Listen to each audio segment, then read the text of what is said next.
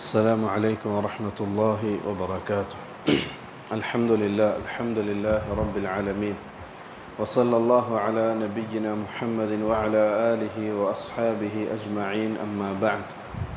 اللهم رب اشرح لي صدري ويسر لي أمري واحلل عقدة من لساني يفقه قولي. سبحانك لا علم لنا إلا ما علمتنا إنك أنت العليم الحكيم. اللهم رب زدنا علما نافعا وعملا متقبلا ورزقا حلالا طيبا. അള്ളാഹു സുബ്ഹാനഹു തആല നമ്മുടെ ഒരുമിച്ച് കൂടലിനെ അള്ളാഹുവിൻ്റെ അടുക്കൽ മഖബൂലായ അമലായി നമ്മളിൽ നിന്നും സ്വീകരിക്കുമാറാകട്ടെ. നമ്മൾ ഇൻഷാ അല്ലാഹ് ഇന്ന് പഠിക്കുന്നത് വളരെ സുപ്രധാനമായ നമ്മൾ അറിഞ്ഞിരിക്കേണ്ട ചില മസ്അലകളെ സംബന്ധിച്ചാണ്. മുസന്നിഫ് റഹ്മഹുല്ലാഹ് പറയുന്നത്, ഇഅ്ലം അർഷദക്കല്ലാഹ് ലിതാഅതിഹി അന്നൽ ഹനീഫിയ്യ മില്ലത ഇബ്രാഹിം അൻ തഅ്ബുദല്ലാഹ വഹ്ദഹു മുഖ്ലിസൻ ലഹുദ്ദീൻ. ഇവിടെ ഷെയ്ഖ് നമ്മൾ മുമ്പ് പറഞ്ഞതുപോലെ ഷെയ്ഖിൻ്റെ ഒരു രീതി, ഇബ്നു അബ്ദുൽ വഹാബ് റഹ്മത്തുള്ളാഹിയുടെ ഒരു ശൈലി, ആദ്യം ആ വിദ്യാർത്ഥിക്ക് വേണ്ടി ദുആ ചെയ്യുക, എന്നിട്ട് പഠിക്കാനുള്ള കാര്യങ്ങൾ പറയുക. അതാണ് ഇവിടെയും ആവർത്തിച്ചത്. ഇഅ്ലം, നീ പഠിക്കണം, നീ അറിയണം. അർഷദക്കല്ലാഹു, അല്ലാഹു നിന്നെ നേർമാർഗത്തിൽ നടത്തട്ടെ. ലിതാഅതിഹി, എങ്ങനെ? അല്ലാഹുവിനെ അനുസരിക്കുന്നതിൽ. അല്ലാഹുവിനെ അനുസരിക്കാൻ അല്ലാഹു നിന്നെ നേർമാർഗത്തിലാക്കട്ടെ. അനുസരണ എന്ന് പറഞ്ഞാൽ എന്താ? അല്ലാഹുവിനുള്ള അനുസരണ എന്ന് പറഞ്ഞാൽ അല്ലാഹു കൽപ്പിച്ച കാര്യങ്ങളെ ചെയ്യുക, അല്ലാഹു നിരോധിച്ച കാര്യങ്ങളെ ഒഴിവാക്കുക. ഇതാണ് ത്വാഅത്ത്. ത്വാഅത്തുല്ലാഹ് എന്ന് പറഞ്ഞാൽ ഇതാണ് അല്ലേ? മുവാഫഖത്തു മുറാദില്ലാഹി ബിഇത്യാനിൽ അവാമിരി വജ്തിനാബിൻ നവാഹി, അതാണ് എൻ്റെ ഉദ്ദേശം. ത്വാഅത്ത് എന്ന് പറഞ്ഞാൽ അതാണ്. അള്ളാഹു കൽപ്പിച്ച കാര്യങ്ങളെ ചെയ്യുക, അള്ളാഹു നിരോധിച്ച കാര്യങ്ങളെ ഒഴിവാക്കുക. അപ്പോൾ അള്ളാഹുവിനെ അനുസരിക്കുന്നതിലേക്ക് നിന്നെ വഴി നടത്തട്ടെ എന്ന് ദുആ ചെയ്തുകൊണ്ടാണ് ഷെയ്ഖ് ആരംഭിക്കുന്നത്. ഷെയ്ഖ് പറയാണ്, അന്നൽ ഹനീഫിയ്യ. ഹനീഫിയ ഇവിടെ കൊണ്ട് ഉദ്ദേശിക്കുന്നത് ഇസ്ലാം. ഹനീഫിയ എന്ന് പറഞ്ഞാൽ അല്ലേ, ഹനീഫ് എന്ന് പറഞ്ഞാൽ തെറ്റിപ്പോയത്, ഷിർക്കിൽ നിന്നും മാറിപ്പോയത്. അതിനാണ് ഹനീഫിയ കൊണ്ട് ഉദ്ദേശിക്കുന്നത്. അറബി ഭാഷയിൽ ഹനീഫ് എന്ന് പറഞ്ഞ വാക്കിൻ്റെ അർത്ഥം മായിൽ, ചാഞ്ഞത്, ചെരിഞ്ഞത്, വിട്ടുപോയത് എന്നൊക്കെയാണ് അതിൻ്റെ അർത്ഥം. അപ്പോൾ അള്ളാഹു പരിശുദ്ധ ഖുർആനിൽ ഇബ്രാഹിം നബി അലൈഹി സ്വലാത്തു വസ്സലാമെ സംബന്ധിച്ച് ഹനീഫ എന്ന് പറഞ്ഞിട്ടുണ്ട് അല്ലേ.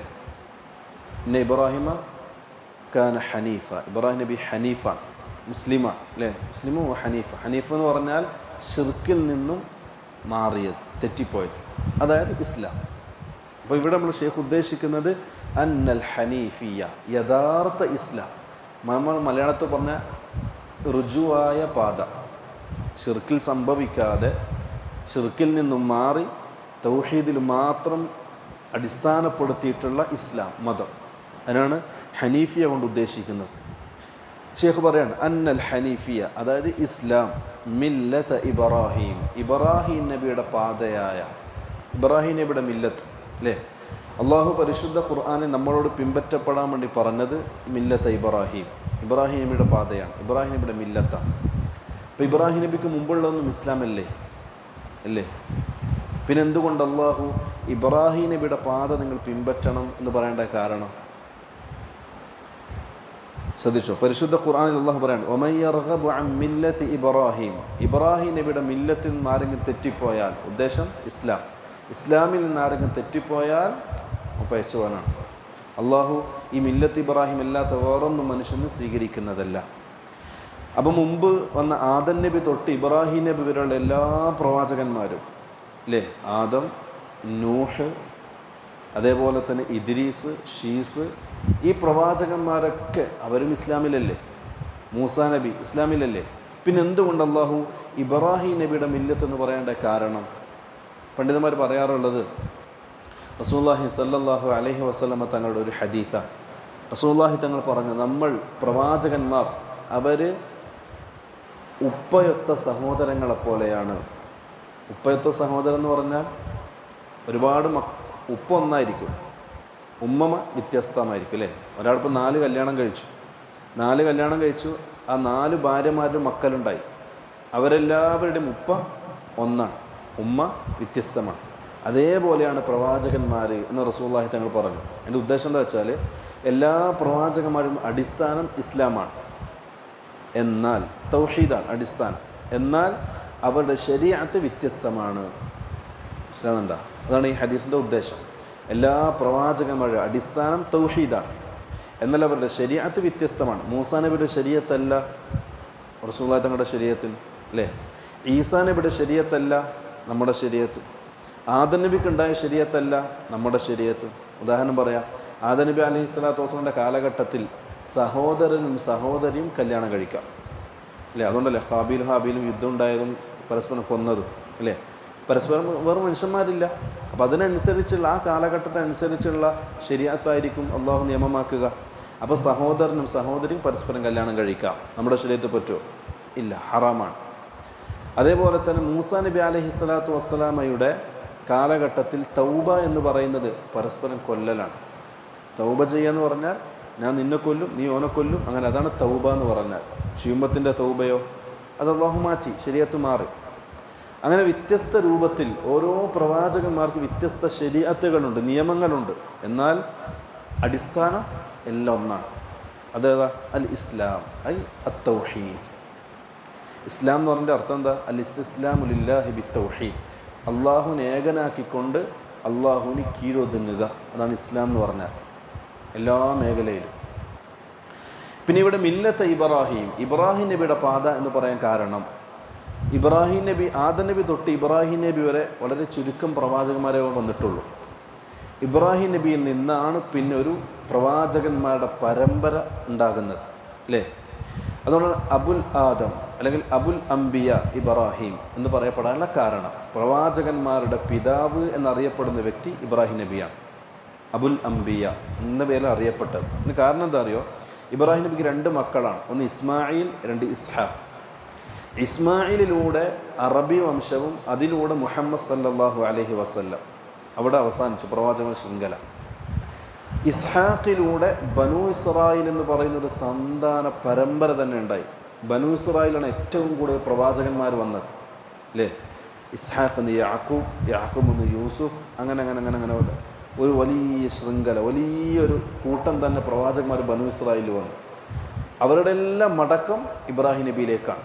അതുകൊണ്ടാണ് അബുൽ അംബിയ ഇബ്രാഹിം എന്ന് പറയപ്പെടാനുള്ള കാരണം. അപ്പോൾ ആദം നബി ക്ഷണിച്ചതും ഇസ്ലാമിലേക്കാണ്. ഷീസ് നബിയും നൂഹ് നബിയും ഇദ്രീസ് നബിയും എല്ലാവരുടെയും മതം ഇസ്ലാമാണ്, അടിസ്ഥാനം തൗഹീദാണ്. പക്ഷേ ഇബ്രാഹിം നബിയുടെ മില്ലത്ത് എന്ന് പറയേണ്ട കാരണം ഇതാണ്. കാരണം ഇബ്രാഹിം നബിയാണ് ഏറ്റവും കൂടുതൽ പ്രവാചകന്മാരുടെ പിതാമഹനായിട്ട് വരുന്നത്. അതുകൊണ്ടാണ് അബുൽ അംബിയ എന്ന പേരിൽ അറിയപ്പെട്ടതും. അതുകൊണ്ടാണ് മില്ലത്ത് ഇബ്രാഹിം എന്ന് പറയേണ്ടായ കാരണം. എന്താ മില്ലത്ത് ഇബ്രാഹിം? എന്താ മില്ലത്ത് ഇബ്രാഹിം എന്നതിനെക്കുറിച്ചാണ് പറയുന്നത്. അതേതാ? അൻ തഅബുദല്ലാഹ വഹ്ദഹ്, നീ അള്ളാഹുവിനെ ഏകനാക്കിയ അവസ്ഥയിൽ അവനെ ആരാധിക്കലാണ്. അതായത് തൗഹീദ് ഉൾക്കൊള്ളലാണെന്നർത്ഥം. മുഖ്ലിസൻ ലഹുദ്ദീൻ, പരിപൂർണ രൂപത്തിൽ അള്ളാഹുവിന് കീഴൊതുങ്ങിയ അവസ്ഥയിൽ, നിഷ്കളങ്കമായ രൂപത്തിൽ അള്ളാഹുവിനെ ഏകനാക്കിക്കൊണ്ട് അള്ളാഹുവിനെ ആരാധിക്കുക, അതാണ് ഇസ്ലാം എന്ന് പറയുന്നത്. അതായത് ഇസ്ലാമിൻ്റെ ആകത്തുകയായി പണ്ഡിതന്മാർ പറയാറുള്ളത് അൽ ഇസ്തിസ്ലാമു ലില്ലാഹി ബിത്തൗഹീദ്, അള്ളാഹുവിനെ ഏകനാക്കിക്കൊണ്ട് അള്ളാഹുവിന് പരിപൂർണ രൂപത്തിൽ കീഴൊതുങ്ങുക, അതാണ് ഇസ്ലാം എന്ന് പറയുന്നത്. ആ ഇസ്ലാമാണ് പിന്നെ മില്ലത്ത് ഇബ്രാഹിം നബിയുടെ പാത എന്ന് പറഞ്ഞിട്ട് നമ്മുടെ ഷെയ്ഖ് പറയാണ് വബിദാലിക, ആ മില്ലത്ത് ഇബ്രാഹിം, അതായത് ആ ഇസ്ലാം കൊണ്ടാണ് അമറല്ലാഹു ജമീഅൻ നാസ്, അള്ളാഹു എല്ലാ ജനങ്ങളോടും കൽപ്പിച്ചത്, അല്ലേ? വത്തബഉ മില്ലത ഇബ്രാഹിമ ഹനീഫ, നിങ്ങൾ ഇബ്രാഹിമിനെ ഫോളോ ചെയ്യണം, അല്ലേ? മില്ലത്ത് അബീക്കും ഇബ്രാഹിം, നിങ്ങളുടെ പിതാമഹനായ ഇബ്രാഹിമിൻ്റെ പാത നിങ്ങൾ പിൻപറ്റണം. ഉദ്ദേശം എന്താ? ഇസ്ലാം. ഇത് മുസ്ലിമുകളോടും മാത്രമല്ല, ലോകത്തുള്ള സകല ജനങ്ങളോടും അള്ളാഹുവിൻ്റെ കൽപ്പനയാണ്, നിങ്ങൾ മുസ്ലിമാകണം. അതുമാത്രമല്ല വഖലഖഹും ലഹ, അള്ളാഹു ആ ഇസ്ലാമിന് വേണ്ടിയാണ്, ഇസ്ലാം എന്ന് പറഞ്ഞാൽ തൗഹീദ്, അള്ളാഹുവിനെ ഏകനാക്കുക, ആ തൗഹീദിന് വേണ്ടിയാണ് അള്ളാഹു ജനങ്ങളെ സൃഷ്ടിച്ചതും, അല്ലേ? അള്ളാഹു നമ്മളെ സൃഷ്ടിച്ചത് എന്തിനാ? അതിൻ്റെ ഉദ്ദേശ ലക്ഷ്യം അള്ളാഹു പരിശുദ്ധ ഖുർആൻ പറയുന്നുണ്ട്, വമാ ഖലഖ്തുൽ ജിന്ന വൽ ഇൻസ ഇല്ലാ ലിയഅ്ബുദൂൻ, സൂറത്തുൽ ദാരിയാത്ത്. അള്ളാഹ് പറയാണ് വമാ ഖലഖ്തുൽ ജിന്ന വൽ ഇൻസ, മനുഷ്യവർഗത്തെയും ജിന്നുവർഗത്തെയും ഞാൻ സൃഷ്ടിച്ചിട്ടില്ല ഇല്ലാ ലിയഅ്ബുദൂൻ, അല്ലേ, അള്ളാഹുവിനെ ആരാധിക്കാൻ വേണ്ടിയല്ലാതെ. മഹാനായ ഇബ്നു അബ്ബാസ് റളിയല്ലാഹു അൻഹു അദ്ദേഹം ഇല്ലാ ലിയഅ്ബുദൂൻ എന്ന് തഫ്സീർ നൽകിയത് ഐ ലിയുവഹിദൂൻ, അള്ളാഹിനെ ഏകനാക്കുന്നതിന് വേണ്ടി. അതാണ് മർമ്മപ്രധാനമായ മനുഷ്യ സൃഷ്ടിപ്പിൻ്റെ ലക്ഷ്യം. ഇവിടെ ഒരുപാട് കാര്യങ്ങൾ അതിനകത്ത് പഠിക്കാനുണ്ട്. 3 വർഗങ്ങളാണ് നമുക്ക് കാണാൻ സാധിക്കുന്നത്. 1 മലായിക്കത്ത്, 2 ജിന്ന്, 3 ഇൻസ് മനുഷ്യൻ. ഇത് 3 അല്ലാത്ത പിന്നെ കായിനാത്ത്. കായിനാത്ത് എന്ന് പറഞ്ഞാൽ പ്രപഞ്ചത്തിലുള്ള മറ്റു ജന്തുജാലങ്ങൾ, 3 വിഭാഗം. ഇതിൽ മലക്കുകൾക്ക് തക്ലീഫില്ല. തക്ലീഫ് എന്ന് പറഞ്ഞാൽ പിന്നെ അള്ളാഹുവിൻ്റെ കൽപ്പനകളും നിരോധനകളും ശിരസാ വഹിക്കാനുള്ള യോഗ്യത അത് മലക്കുകൾക്കില്ല. മലക്കുകൾക്ക് കൽപ്പനയും നിരോധനമൊന്നുമില്ല. അള്ളാഹ് എന്താണോ കൽപ്പിച്ച് അത് ചെയ്യാം, അല്ലേ. പരിശുദ്ധ ഖുർആൻ സൂറത്ത് തഹ്രീമിൽ അള്ളാഹു മലക്കുകളെ സംബന്ധിച്ച് പറഞ്ഞത് യഫ്അലൂന മാ യുഅ്മറൂൻ ലാ യഅ്സൂന അല്ലാഹ മാ അമറഹും വയഫ്അലൂന മാ യുഅ്മറൂൻ. അവർ അള്ളാഹിനെ ധിക്കരിക്കുകയില്ല. എന്താണ് അള്ളാഹു കൽപ്പിച്ചത് അതത് ചെയ്തുകൊണ്ടേയിരിക്കും. ഇതാണ് മലക്കുകളുടെ സ്വഭാവം. മലക്കൾക്ക് ഇഖ്തിയാറില്ല. മനുഷ്യനെ പോലെ വികാരങ്ങളോ ചിന്തകളോ ചോയ്സോ ഇതൊന്നും മലക്കുകൾക്കില്ല. അള്ളാഹു ചില മലക്കുകളെ അർശിനെ വഹിക്കാൻ വേണ്ടി സൃഷ്ടിച്ചു, അവർ അർശിനെ വഹിച്ചുകൊണ്ടേയിരിക്കും. ചില മലക്കൾ ആകാശത്ത് സുജൂദ് ചെയ്യാൻ വേണ്ടി സൃഷ്ടിച്ചു, അവർ സുജൂദ് ചെയ്തുകൊണ്ടേയിരിക്കും. ചില മലക്കൾ അള്ളാഹു റൂഹിനെ പിടിക്കാൻ വേണ്ടി ഏൽപ്പിച്ചു, അവർ റൂഹിനെ പിടിച്ചുകൊണ്ടേയിരിക്കും. ചില മലക്കൾ മഴ വർഷിപ്പിക്കാനും മനുഷ്യൻ്റെ അർസാക്കുകളും അതേപോലെ ഇടിമിന്നലുകളും അതേപോലെ മനുഷ്യൻ്റെ സംരക്ഷണവും അതേപോലെ മനുഷ്യന്മാരുടെ നന്മതിന്മ രേഖപ്പെടുത്താൻ ഖബറിൽ ചോദ്യം ചെയ്യാൻ ഇന്നിത്യാദി കാര്യങ്ങൾക്ക് അള്ളാഹു ചില മലക്കളെ നിശ്ചയിച്ചു. അവർ ആ പണി ചെയ്തുകൊണ്ടേയിരിക്കും. അത് വിട്ട് മറ്റൊന്നും അവർ ചെയ്യൂല. കാരണം അവർക്ക് ഇഖ്തിയാറില്ല. സ്വിച്ച് ഇട്ടാൽ ഫാൻ കറങ്ങുന്നത് പോലെ അതിന് ഇഖ്തിയാറില്ല. ഓന് ഇഷ്ടം പോലെ വേണമെങ്കിൽ കറങ്ങാതിരിക്കുക എന്ന ഓപ്ഷൻ ഉണ്ടോ? ഇല്ല. അതാണ് മലക്കുകൾ. രണ്ടാമത്തെ വിഭാഗം ഇൻസാൻ, മനുഷ്യൻ മുക്കല്ലഫാണ്, തക്ലീഫുള്ള ആളാണ്. തക്ലീഫ് എന്ന് പറഞ്ഞാൽ അള്ളാഹിൻ്റെ കൽപ്പനകൾ അനുസരിക്കുകയും നിരോധനങ്ങൾ ഒഴിവാക്കുകയും ചെയ്യാൻ ബാധ്യസ്ഥൻ. എനിക്ക് ഖിയാറുണ്ട്. അള്ളാഹ് നിസ്കരിക്കാൻ പറഞ്ഞു, വേണമെങ്കിൽ നിസ്കരിക്കാം, വേണമെങ്കിൽ നിസ്കരിക്കാതിരിക്കാം, അല്ലേ. വേണമെങ്കിൽ നിസ്കരിക്കാം, നിസ്കരിച്ചാൽ അള്ളാഹ് കൂലി തരും, നിസ്കരിച്ചിട്ടില്ലെങ്കിൽ അള്ളാഹ് ശിക്ഷിക്കും. ഖിയാറുണ്ട്, ഇഷ്ടമുള്ളത് ചെയ്യാം, തിരഞ്ഞെടുക്കാം. മൂന്നാമത്തെ വിഭാഗം ജിന്നും മനുഷ്യനെ പോലെ തന്നെ ഒരു വിഭാഗമാണ്. നമ്മുടെ ഈ അടുത്തൊക്കെ നമ്മുടെ നാട്ടിലൊക്കെ ഒരുപാട് ചർച്ച ചെയ്യപ്പെട്ട വിഷയമാണല്ലോ, അല്ലേ, ഈ ജിന്ന് വിഷയങ്ങളൊക്കെ. ജിന്ന് എന്ന് പറഞ്ഞാൽ മനുഷ്യനെ പോലത്തെ ഒരു വിഭാഗമാണ്, നമ്മളെപ്പോലൊരു വിഭാഗം. പക്ഷെ ഒരു പ്രത്യേകത, മനുഷ്യനില്ലാത്ത ചില കഴിവുകൾ അള്ളാഹു ജിന്നുകൾക്ക് നൽകിയിട്ടുണ്ട്, അല്ലേ. കിതാബ് ഹദീസിലൊക്കെ അത് കാണാൻ പറ്റും. ഖുർആനിലും സ്ഥിരപ്പെട്ട കാര്യങ്ങളാണ്. 2, ജിന്നിനെ നമ്മുടെ കണ്ണുകൊണ്ട് ജിന്നിൻ്റെതായ കോലത്തിൽ കാണാൻ നമ്മളെ കൊണ്ട് സാധിക്കൂല. അതുകൊണ്ടാണ് ജിന്ന് എന്ന് പേരിട്ട തന്നെ കാരണം. ജിന്ന് എന്ന് പറയുന്നതിൻ്റെ അർത്ഥം എന്താ പറയുക? വാക്കർത്ഥം സിത്തർ, മറക്കപ്പെട്ട്, മസ്തു. നമ്മളെ കണ്ണുകൊണ്ട് നേരിട്ട് കാണാൻ ജിന്നിന് പറ്റൂല. ജിന്നിൻ്റെ കോലത്തിൽ റസൂലുള്ളാഹി തങ്ങൾ കണ്ടിട്ടുണ്ട്. ജിന്നിൻ്റെതായ കോലത്തിൽ റസൂലുള്ളാഹി തങ്ങൾ കണ്ടിട്ടുണ്ട്. ഒരു ഹദീസിൽ കാണാം, റസൂലുള്ളാഹി സ്വല്ലല്ലാഹു അലൈഹി വസല്ലം മദീനയിൽ ഒരു ദിവസം നിസ്കരിച്ചുകൊണ്ടിരിക്കുമ്പോൾ ഒരു ജിന്ന് വന്നിട്ട് റസൂലുള്ളാഹി തങ്ങൾ ഇങ്ങനെ പ്രയാസപ്പെടുത്തി. റസൂൽ ആ ജിന്നിൻ്റെ കഴുത്തിന് കയറി പിടിച്ചു. ഇപ്പോൾ റസൂൽ പറയാണ്, ആ ജിന്നിൻ്റെ നാവിനുള്ള ഉമിനീര്, അല്ലേ, ഉമിനീര് എൻ്റെ കയ്യിൽ തട്ടി, അതിൻ്റെ നനവ് സഹാബാക്കൾ കണ്ടു. പിടിച്ചപ്പോൾ നാവ് പുറത്തിട്ടപ്പോൾ നാവിൻ്റെ ഉമിനീര് കയ്യിൽ തട്ടി, അത് സഹാബാക്കൾ കണ്ണുകൊണ്ട് കണ്ടു ആ ഉമിനീര്. റസൂൽ പറയാണ്, സുലൈമാൻ നബിയുടെ ദുആ മുൻകടന്നിട്ടില്ല എങ്കിൽ ഈ ജിന്നിനെ കൊണ്ട് മദീനയിലെ കുട്ടികൾ കളിക്കുമായിരുന്നു എന്ന്. സുലൈമാൻ നബി മുമ്പ് ദുആ ചെയ്തിട്ടുണ്ട്, അല്ലാഹുവേ. സുലൈമാൻ നബിയുടെ പ്രത്യേകത, അദ്ദേഹം ലോകം അടക്കി ഭരിച്ച രാജാവാണ്. മനുഷ്യനും ജിന്നുകളും പറവകളും മൃഗങ്ങളും എല്ലാം സുലൈമാനുടെ കീഴിലാണ്, അല്ലേ. പരിശുദ്ധ ഖുർആൻ സൂറത്തു ഖസസ് അത് വിശദീകരിക്കുന്നില്ലേ? ഖാല ഇഫ്രീതും മിനൽ ജിന്നി അന ആതീക ബിഹി ഖബ്ല അൻ തഖൂമ മിൻ മഖാമിക്. ആരാ പറയുന്നത്? ജിന്നാണ്. അല്ലാഹു ഖുർആനിൽ പറഞ്ഞു. നമുക്ക് നിഷേധിക്കാൻ പറ്റുമോ? ഖുർആനല്ലേ. ഖുർആൻ നിഷേധിച്ച കാഫിറാണ്. അത് പറഞ്ഞെന്താ അറിയോ? സുലൈമാൻ നബി ഹുദ്ഹുദ് എന്നൊരു പക്ഷി, ആ പക്ഷി കാണാനില്ല. ചരിത്രത്തിൽ കാണാം മരംകൊത്തി പക്ഷിയാണെന്ന് പറയപ്പെടുന്നു, അല്ലാഹു അഅലം. എന്നാലും ഹുദ്ഹുദ് എന്നാണ് പരിശുദ്ധ ഖുർആൻ സൂചിപ്പിച്ചത്. ഈ പക്ഷിയെ കാണാനില്ല. സുലൈമാൻ നബിക്ക് ചൂടായി, ദേഷ്യം പിടിച്ചു. സുലൈമാൻ നബി പറഞ്ഞു, ആ പക്ഷി തിരിച്ചു വന്നാൽ ഞാൻ അറക്കുക തന്നെ ചെയ്യും, അവനെ കൊല്ലും. ഒന്നുകിൽ കൊല്ലും, അല്ലെങ്കിൽ തക്കതായ കാരണം ബോധിപ്പിക്കണം. അങ്ങനെ പക്ഷി തിരിച്ചു വന്നിട്ട് സുലൈമാൻ നബിയോട് പറഞ്ഞു, ഞാനിങ്ങനെ പോയപ്പോൾ ഒരു നാട് കണ്ടു. ആ നാട്ടിൽ ഒരു രാജ്ഞിയുണ്ട്, ഒരുപാട് പ്രജകളുണ്ട്, അവരൊക്കെ സൂര്യനെ ആരാധിച്ചുകൊണ്ട് ജീവിക്കുന്നവരാണ് എന്ന് വന്നിട്ട് പറഞ്ഞു കൊടുത്തു ആ പക്ഷി. ഹുദുഹുദ്. ഇതൊക്കെ സൂറത്തുൽ ഖസസാണ്. വഹുശുറ ലി സുലൈമാന ജുനൂദ് എന്ന പേജ് എടുത്ത് വായിച്ചു നോക്കിയാൽ കിട്ടും. അമാന തഫ്സീർ എടുത്ത് വായിച്ചാൽ മതി. എന്നിട്ട് പക്ഷി വന്ന് പരാതി പറഞ്ഞപ്പോൾ സുലൈമാൻ നബി ഇത് കത്ത് എഴുതിയിട്ട് വിട്ടു. ഇന്നഹു മിൻ സുലൈമാൻ വഇന്നഹു ബിസ്മില്ലാഹിർ റഹ്മാനിർ റഹീം. ടോൺ ഖാല അൽഖിഹി, നീ കത്ത് കൊണ്ട് അവിടെ കൊടുക്കണം. ഈ പക്ഷി കത്തും എടുത്ത് പോയി ബൽക്കീസിന് കൊടുത്തു. കത്തിലുള്ളത് എത്രയും പെട്ടെന്ന് മുസ്ലിമായി എൻ്റെ അടുക്കിലേക്ക് തിരിച്ചു വരണം എന്നാണ്. മുസ്ലിം എന്ന് പറഞ്ഞാൽ ഈ പറഞ്ഞത് ഇസ്ലാം, ഇസ്ലാം ലില്ലാഹി ബി തൗഹീദ്, അതാണ് ഇസ്ലാം എന്ന് പറഞ്ഞത്. അതല്ലാത്ത മറ്റെല്ലാം ബാത്തിലാണ്. അങ്ങനെ ബൽക്കീസ് എന്ത് ചെയ്തു? ഓരോ രാജ്യസഭ വിളിച്ചു കൂട്ടി ചോദിച്ചു, നമ്മൾ എന്ത് ചെയ്യണം? ഇതൊക്കെ പരിശുദ്ധ ഖുർആനാട്ടോ, ഞാൻ സമയമില്ലാത്തതുകൊണ്ട് ആയത്തോതാത്തത്. നമ്മൾ എന്ത് ചെയ്യണം? അപ്പം പറഞ്ഞു, പിന്നെ ചില ആൾക്കാർ നമ്മൾ ആയുധം നൽകപ്പെട്ടവരാണ്, ബലം നൽകപ്പെട്ടവരാണ്, നമ്മൾ സുലൈമാൻ യുദ്ധം ചെയ്യണം. അപ്പം ബൽക്കീസ് പറഞ്ഞു, സുലൈമാൻ ചില്ലറക്കാരനല്ല. ഒരു രാജാവ് ഒരു നാട്ടിലേക്ക് പ്രവേശിച്ചാൽ രണ്ട് കാര്യങ്ങൾ സംഭവിക്കും. ഒന്നുകിൽ ആ നാട് അടിച്ച് തൂഫാനാക്കിയിട്ട് അവർ പോകും, അതല്ലെങ്കിൽ നമ്മൾ അവരിൽ വിജയം കൊയ്യും. നമുക്ക് അവരെ വിജയിക്കാൻ സാധിക്കില്ല, അവരെ ഈ നാട് ഖർബാനാക്കും. അപ്പോൾ എന്നാൽ ചില സമ്മാനങ്ങൾ കൊടുത്തയക്കാം. അങ്ങനെ ചില സമ്മാനങ്ങളൊക്കെ കൊടുത്തയച്ചു.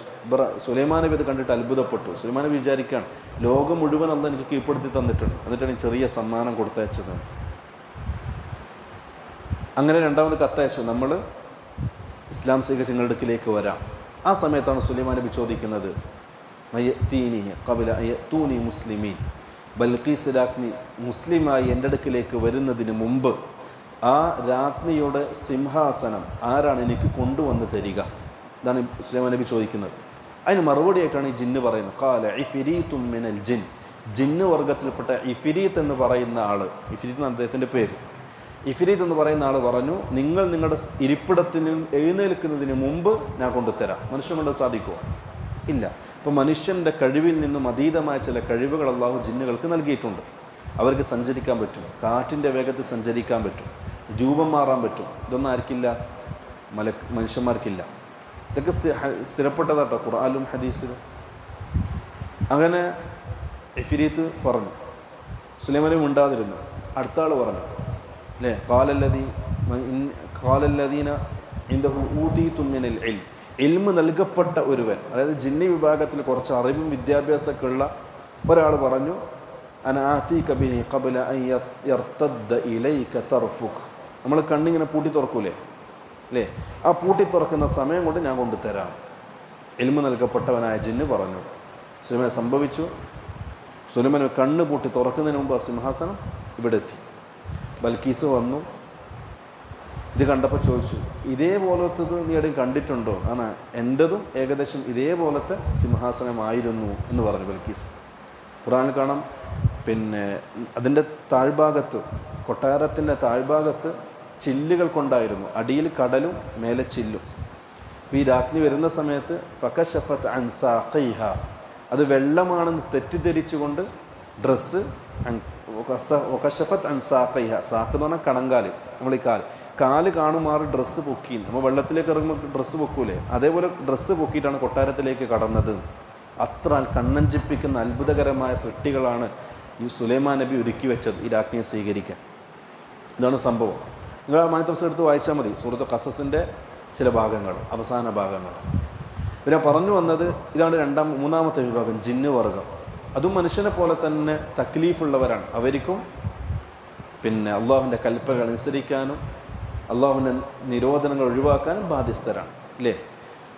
അതുപോലെ റസൂലുള്ളാഹി തങ്ങൾ ത്വായിഫിൽ നിന്ന് മടങ്ങി വരുമ്പോൾ ഒരു വിഭാഗം ജിന്നുകൾ റസൂൽ അടുക്കലേക്ക് വന്നു. റസൂൽ അവരോട് നേരിട്ട് സംസാരിച്ചു. റസൂൽ അവർക്ക് ഖുർആൻ ഓതി കൊടുത്തു. ആ ഖുർആൻ കേട്ടിട്ട് അവർ ഇസ്ലാം സ്വീകരിച്ചു. അതാണ് സൂറത്ത് ജിന്നിൻ്റെ തുടക്കത്തിൽ അള്ളാഹു പറയുന്നത്, ഖുൽ ഊഹിയ ഇലയ്യ അന്നഹു ഇസ്തമഅ നഫറും മിനൽ ജിൻ, ജിന്ന് വിഭാഗത്തിൽപ്പെട്ട ചില വിഭാഗം നിങ്ങളുടെ ഖുർആൻ ശ്രദ്ധിച്ച് കേൾക്കുകയുണ്ടായി. ഖുർആൻ കേട്ടപ്പോൾ അവർ വന്നു, റസൂലുള്ളാഹിക്ക് വന്ന് ഇസ്ലാം സ്വീകരിച്ചു, അവരവരെ നാട്ടിലേക്ക് തിരിച്ചുപോയി. ഇതൊരു തായിഫിൽ നിന്ന് റസൂൽ മടങ്ങി വരുമ്പോൾ ഒരു സംഭവമാണ്.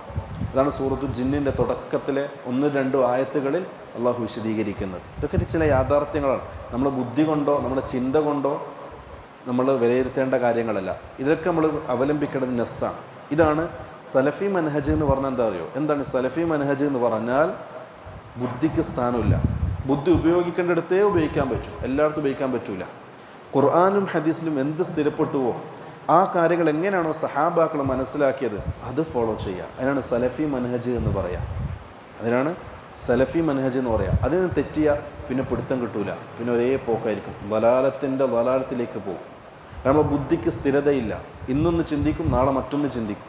പക്ഷെ നെസ് അങ്ങനെയല്ല. നെസ് എന്ന് പറഞ്ഞാൽ ഖുർആനും സുന്നത്തും. അതങ്ങനെയല്ല, അത് പറഞ്ഞതാണ്. അവിടെ നിന്നാൽ നമുക്കവിടെ നിൽക്കാം. നമ്മൾ ബുദ്ധി കൊണ്ട് ചിന്തിച്ചാൽ പിന്നെ പിടുത്തം കിട്ടൂല. അതാണ് സലഫിയത്ത് എന്ന് പറഞ്ഞാൽ. മൻഹജു സലഫ് എന്ന് പറഞ്ഞാൽ അതാണ്. ഖുർആനിലും സുന്നത്തിലും വന്ന കാര്യങ്ങളെ ഫഹ്മു സഹാബ, സഹാബാക്കൾ എങ്ങനെ മനസ്സിലാക്കിയോ അങ്ങനെ മനസ്സിലാക്കുക. നമ്മളെ വക മനസ്സിലാക്കണ്ട, അല്ലേ? നമ്മളെ വക നമ്മൾ മനസ്സിലാക്കണ്ട, സഹാബാക്കൾ മനസ്സിലാക്കിയതുപോലെ മനസ്സിലാക്കുക. കാരണം അള്ളാഹു സഹാബാക്കളെ ദീനിൻ്റെ ഭാഗമാക്കിയിട്ടുണ്ട്, അല്ലേ? ഉദാഹരണം പറഞ്ഞുതരാം. 1 ഖുർആൻ നമ്മുടെ അടിസ്ഥാനം, 2 ഹദീസ് അടിസ്ഥാനം. ഇത് രണ്ടും എങ്ങനെ മനസ്സിലാക്കണം എന്ന് അള്ളാഹു തന്നെ റസൂലിൻ്റെ ജീവിതകാലത്ത് പഠിപ്പിച്ചു തന്നിട്ടുണ്ട്. എങ്ങനെ? സഹാബാക്കളുടെ ഫഹമിലൂടെ. കാരണം സഹാബാക്കളും അള്ളാഹു ദീനിൻ്റെ ഭാഗമാക്കിയിട്ടുണ്ട്. ദീനിൻ്റെ പല നിയമങ്ങളിലും സഹാബാക്കൾക്ക് ബന്ധമില്ലേ? അവരിലൂടെയല്ലേ അള്ളാഹു നിയമങ്ങൾ പാസ്സാക്കിയത്. അപ്പോൾ അവർ ദീനിൻ്റെ ഭാഗമാണ്. അതുകൊണ്ട് റസൂൽ പറഞ്ഞത് അവരെ സ്നേഹിക്കൽ ഈമാനിൻ്റെ അടയാളവും സഹാബാക്കൾ വെറുക്കൽ നിഫാഖിൻ്റെ അടയാളവും എന്ന് റസൂൽ പറയാൻ കാരണം അവർ ദീനിൻ്റെ ഭാഗമാണ്. അപ്പോൾ ഈ ഖുർആൻ നമ്മൾ മനസ്സിലാക്കേണ്ടത് ഫഹ്മു സഹാബ, സഹാബാക്കളുടെ ഫഹ്മ അനുസരിച്ച് കൊണ്ടാണ്. ഇതാണ് സലഫി മനഹജ്. നമ്മൾ പറഞ്ഞു വന്നത് 3 വിഭാഗമായി. 4ാമത്തെ വിഭാഗം അൽ കായിനാത്ത്. കായിനാത്ത് എന്ന് പറഞ്ഞാൽ പ്രപഞ്ചത്തിലുള്ള മനുഷ്യനും ജിന്നുമല്ലാത്ത മറ്റെല്ലാ വസ്തുക്കളും. സസ്യങ്ങൾക്ക് ജീവനില്ലേ? ഇല്ലേ? വഅൻതും അഅലമു മിന്നി, ഇല്ലേ? ജീവനില്ലേ? കല്ലുകൾക്ക് ജീവനില്ലേ?